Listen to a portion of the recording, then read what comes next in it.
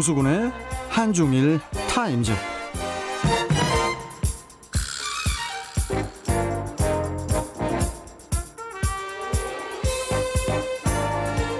자, 급박하게 변해가는 한중일 동북아 정세를 이해하기 쉽게 풀어주는 분이죠. 오수근 콩코디아 국제대학교 대외교류 부총장 연결해서 관련 소식 들어보겠습니다. 자, 우리 우수근 부총장님 안녕하세요. 아이고, 안녕하십니까. 날씨가 아이고. 너무 더운데 오늘 우리 조금 더 청중을 좀 뭐랄까 네. 더 덥게 화나게 만들 이야기를 할까 걱정입니다. 제가 지금. 네, 그러니까 이게 오늘 내용이 또 좀 걱정되는 내용이다 보니까 원래는 우수근 부총장님 안녕하세요 하면은 이게 노래를 하셨는데 처음에 인사로. 참 오늘은 참 그러질 못해요. 예. 그러니까요. 오늘은 너무 좀 속상한. 그러니까요, 부총장님. 이 도쿄올림픽 개막을 하루 앞둔 지난 22일에 유네스코 세계유산위원회가 군함도와 관련된 그 일본의 역사 왜곡을 지적하는 내용의 결정문을 최종 채택을 했어요. 군함도 역사 왜곡, 구체적으로 어떤 사건이었는지 좀 부총장님께서 먼저 좀 짚어주세요. 네. 저는 먼저 중일 양국에 대해서 가능한 한 객관적이고 냉철하게 이성적으로 접근해야 한다라는 주장을 갖고 있는 사람인데요. 예. 오늘은 아무리 그러한 대사를 본다 하더라도 일본 스스로 계속해서 일본의 앞날을 막는 참 지극히 안타까운 그런 소식을 전할까 하는데 바로 말씀하신 군함도 사건입니다. 예. 네, 군함도 사건에 대해서 그 지난 44차 제44차 유네스코 세계유산위원회는요.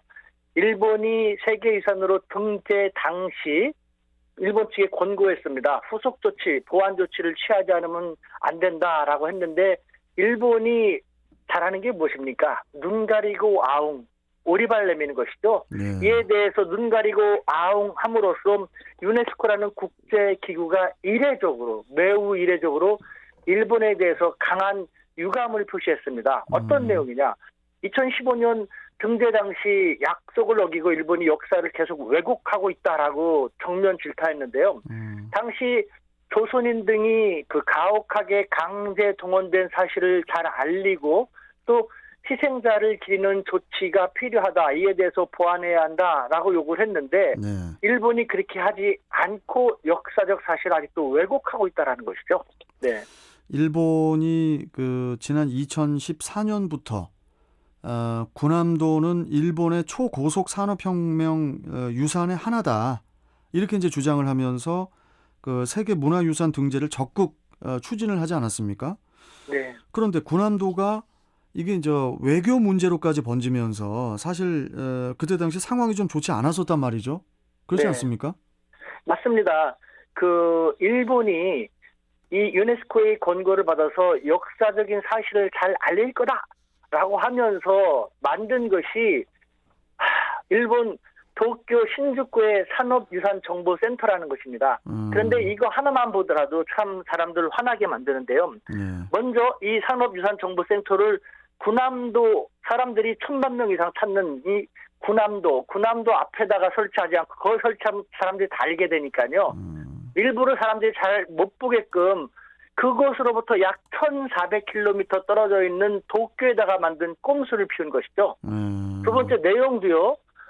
눈 가리고 아웅이 역력합니다. 역사 왜곡이 상당히 많은데요.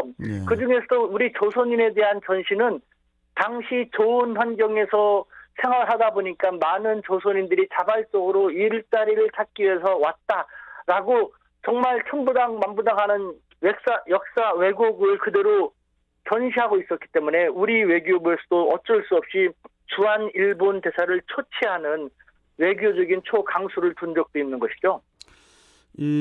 지금 일본 스가 정권은 군함도를 그 세계 유산으로 등재할 당시에 유네스코와 했던 약속을 성실하게 이행을 해왔다. 이러면서 이제 계속해서 억지 주장을 펼치고 있는데요. 이 군함도를 그 세계 유산으로 등재하기 위해서 일본이 했었던 약속, 그 약속이 무엇이었길래 이렇게까지 강한 주장을 펼치는 거죠?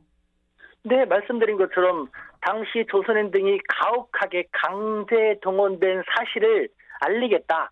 그다음에 희생자를 기리는 조치도 취하겠다라고 했으면서 그것을 그렇게 하지 않고 눈 가리고 아웅하고 있는 적반하장을 보이는 것인데요.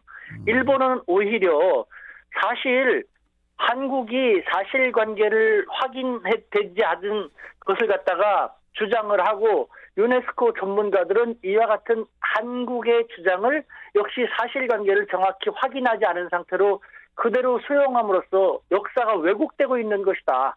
일본이 잘못하는 것은 없다라는 억지 주장을 아직도 피우고 있는 것이죠. 참, 일본은 그 군함도 희생자들을 기리기 위한 그 정보센터도 만들겠다고 했고, 또 우리나라 국민들이 강제 노역됐다는 사실도 인정한다고 했으면서 뭐 말로만 했던 건가 봐요. 참 일본의 이런 그 무책임한 태도 도저히 이해가 안 가는데, 이런 일본의 태도를 우리가 어떻게 받아들여야 될지, 혹시 뭐 다른 속뜻이 있는 거 아닐까요, 일본이? 당연히 다른 속뜻이 있다고 생각합니다. 예를 들면은 이 군함도에 대해서 강제동원 사실을 알리겠다라고 하면요. 현재 한국 법정에서도 이 강제 동원된 사실과 관련된 공방전이 전개되고 있지 않습니까? 네.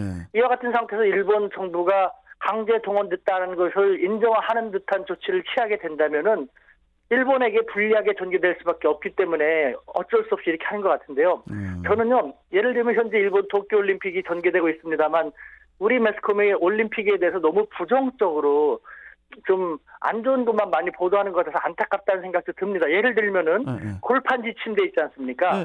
많이 우스개로 이렇게 우리한테 보도가 되는데 그렇죠. 냉정하게 볼 때 G3인 전 세계에서 뭐 첨단 과학을 많이 갖고 있는 일본이 ESG 환경 친화적인 침대를 골판지로서 만들었다는 것이죠. 만약에 큰 문제가 있고 뭐 여러 가지 무성적인 요소가 있다 하면은 일본이 이렇게 할 리가 없었을 것이고, 이걸 긍정적으로 본다면은 또 앞서 나가는 친환경 제품으로서 올림픽 끝난 다음에 재평가될 수도 있겠다라는 생각이 듭니다. 그런 측면에서는 긍정적입니다만 일본이 역사에 관해서 하는 그런 모습을 보면요.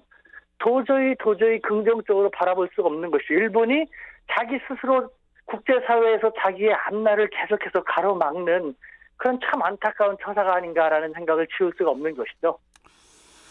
참 진짜 골판지 같은 일본인데 그게 참, 아니 진짜 골판지 침대 그거 좀 뭐 아이디어는 좋아요. 예, 되게 좋은데 너무 좀 안타깝다 보니까 이제 저도 이제 그렇게 얘기를 한 건데, 그러다 보니까 유네스코가 이제 이번 결정문에 이런 표현을 썼더라고요. 강하게 유감을 표명을 한다. 네. 당시 조선인 등이 가혹하게 강제 동원된 사실 등을 알려야 되고, 또 희생자를 기리는 조치도 분명 필요하다. 이렇게 이제 일본에게 강하게 요구를 했단 말이죠. 네. 유네스코의 경고장을 받은 일본, 앞으로 어떤 조치를 취해야 될까요? 이게 마지막 질문이 될 것 같습니다, 부총장님. 못해요. 그 사람들 네. 그 자기 선배 정치인들이 잘못한 것을 갖다가 바로 잡고 해야지만 업그레이드되면서 새롭게 나아갈 수 있는데 꼼수에 꼼수를 피우면서 자기들도 은근슬 말장난하면서 비켜가려고만 하다 보니까 어떻게 시정 조치를 이뤄낼 수 있겠습니까? 유네스코가 이렇게 유감 조치를 취한 것은 매우 이례적인데 일본은 그만큼 망신을 또 당할 수밖에 없는 것입니다. 앞으로 2023년이면은 이 시정 조치가 얼만큼 과연 이루어졌는지 다시 한번 유네스코가 심사를 하고 발표를 할 텐데, 그때 가서 또 국제적인 망신을 당하게 되겠죠. 그러니까 골판지 침대라든가 긍정적으로 봐줄 수 있는 것을 아무리 많이 한다 하더라도 일본은 국제사회의 리더십, 도덕적인 잣대 등의 측면에서 너무나도 결함이 많고 또 앞으로도 계속 그것을 시정을 못할 것이기 때문에 일본의 긍정적인 노력도 그대로 잘 비춰지지 않는 것이 안타깝기도 한 것이죠. 참 일본 얘기를 우리가 언젠가부터 좀 제발 좀 좋은 얘기만 하든지 그랬으면 좋겠는데, 참 이제 저 또 연락습니다. 좀 땀납니다. 이제 지칩니다. 진짜 일본 얘기만 하다 보면. 참. 아무튼 저 오늘 중국 이야기도 좀 해보려고 했는데 부총장님하고 이렇게 이야기하다 보면 시간이 훌쩍 지나가요. 예. 그래서 저도 언제 간단히 얘기하려고 하는데 이렇게 되는 것 같습니다. 아이고 아무튼 저 다음 주에 중국 이야기 좀 이어서 좀 해보도록 하겠습니다. 오늘 말씀 잘 들었습니다, 부총장님. 고맙습니다. 네, 감사합니다. 네. 자, 지금까지 우수근 콩코디아 국제대학교 대외교류 부총장과 함께했습니다.